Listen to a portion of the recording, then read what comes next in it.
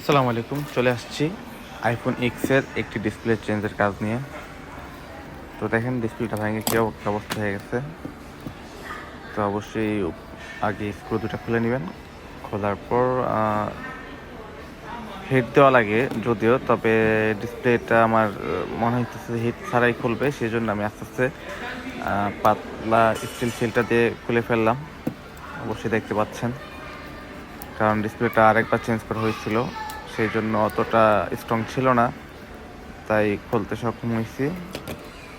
আর খোলার পর আমি সব স্ক্রুগুলো খুলতেছি, যেখানে যেগুলোটা স্ক্রু ছিল সেটা খুলতেছি।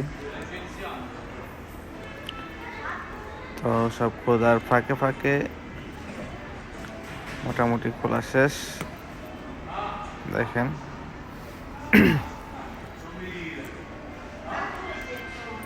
তারপর দেখেন কি একটা দুর্ঘটনা।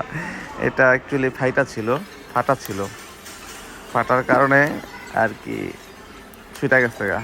কারণ এই রেবনগুলা অনেক ইউজ হওয়ার পর ভাজে থাকে, তো যখন ভাঁজ থাকে এই ভাঁজগুলা থেকে অনেক হিটে অনেক হয়ে যায়, ব্রুশ হয়ে যায়, পরে ছুটে যায়, এই জন্য এটা ছুটে গেছে। তো কি করার আছে, ছুটে গেলে গেছে গা, করার নাই। তো তারপর আমি ডিসপ্লে নতুনটা চেক দিলাম, ঠিক আছে। চেক দেওয়ার পর পুরানটার থেকে আমি ক্লায়েন্টকে জানাই যে আপনার এটা কিন্তু ছুটে গেছে। সে বলছে আচ্ছা ঠিক আছে, কোনো সমস্যা নাই। তো পরবর্তীতে সে চেঞ্জ করবে, পরে নতুন ডিসপ্লেটা থেকে সব কিছু চেঞ্জ করে নতুনটায় লাগাইতেছি, পুরানটা থেকে আইনা। কারণ আপাতত যেভাবে ছিল ওভাবে লাগিয়ে দিয়ে দিতেছি, কারণ তার জিনিস তাকে আমি দিয়ে দেবো।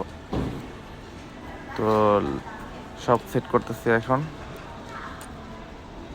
তবে এগুলা লাগানোর সময় খেয়াল রাখবেন, রিবন যেন ছিঁড়ে বেড়ে না যায়, অবশ্যই খেয়াল রাখতে হবে। আর স্ক্রু কিন্তু সাইজ বড় ছোট আছে, স্ক্রুর দিকে লক্ষ্য রাখবেন, কারণ ছোট জায়গায় বড়টা লাগালে কিন্তু ওই ভিতরের কম্পোনেন্ট নষ্ট হয়ে যেতে পারে, বা ছোটটা বড়টার হলে লাগবে না। সেই জন্য এগুলো একটু খেয়াল রাখবেন, যাতে স্ক্রু ঠিকঠাক মতো লাগে। লাগানোর পর আমি ফোনটাকে অন করে দেখলাম, ওকে। তো নিচের স্ক্রুগুলো লাগিয়ে দিলাম, বাস আমার কাজ শেষ। পরে অন দিয়ে আমি চেক দেব। ধন্যবাদ, আসসালামু আলাইকুম।